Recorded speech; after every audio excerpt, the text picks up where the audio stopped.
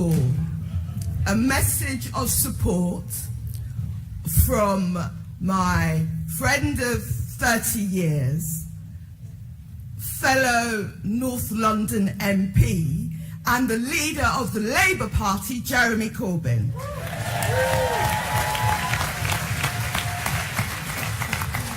I want to send a message of solidarity and support to all those resisting racism and standing against Islamophobia and anti-Semitism. It is more urgent than ever to oppose attempts to spread hatred and sow division. Whether it's Donald Trump in the United States, UKIP in Britain, or the rise of the far right across Europe, we cannot allow the politics of hate to prevail. It falls to me to say the closing remarks at this conference when so much of such profound importance has already been said. So let me just touch on what I think standing up to racism means. First of all, we have to have a sense of the history, because attitudes to race in this country are actually rooted in the history of slavery and colonialism. The other aspect of standing up to racism is that we must all look into ourselves. You'd be surprised to know that I've met people who, because they've been on an anti-racist march, think they can't possibly be racist. We need to look into ourselves.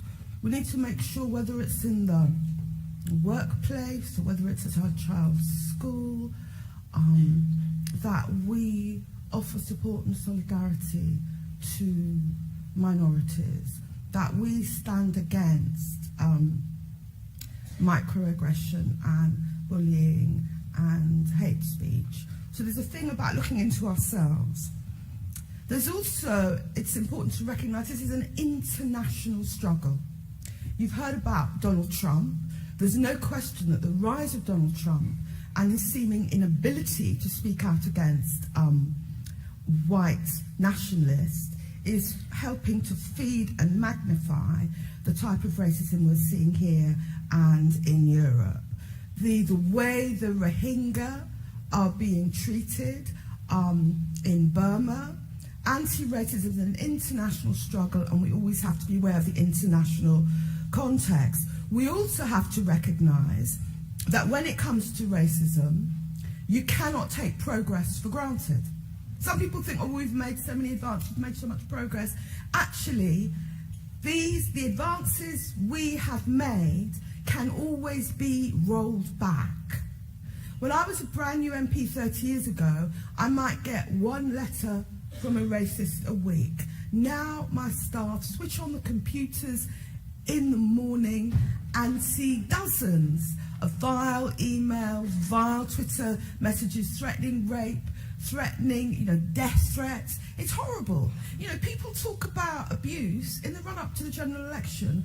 Fully half of the abusive texts sent to women MPs were sent to me. You cannot assume that you can take progress for granted, and there are people that want to push the progress we've made back, so we have to be watchful. Brexit.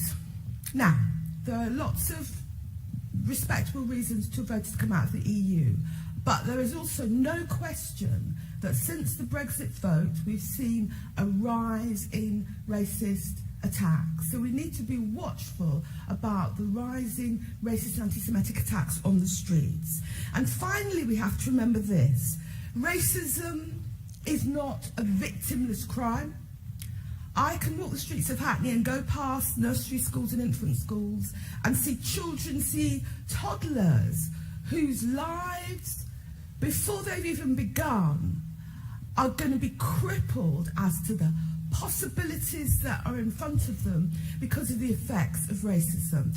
We can see the effects of racism on young, black, Asian, Muslim graduates who've done the right thing, got those qualifications and then now find themselves in a job market where they're not even getting an interview because of their name on the application form, where they're having to deal with the consequences of racism in the workplace.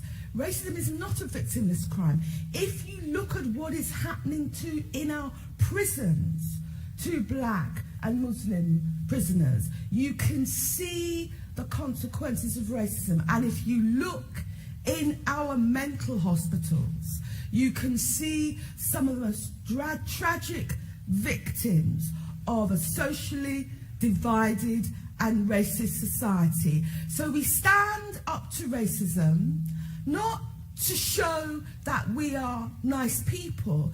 We stand up to racism because it's disfiguring, because it's cruel, because it disfigures societies and it stunts lives. And fighting racism and anti-Semitism and Islamophobia has been at the heart of my politics since I was a very young woman in my dungarees going on the marches. It was at the heart of my politics as a Westminster councillor just down the road from here. Fighting racism and anti-Semitism and Islamophobia has been at the heart of my work as a Hackney MP for 30 years.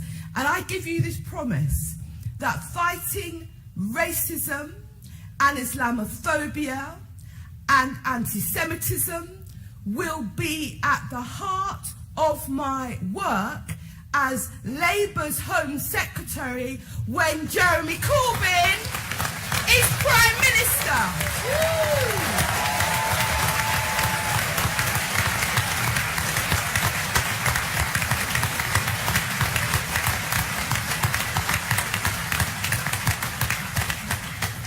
So thank you all for coming, and I look forward to working with you and alongside you in the months and years to come. Thank you very much.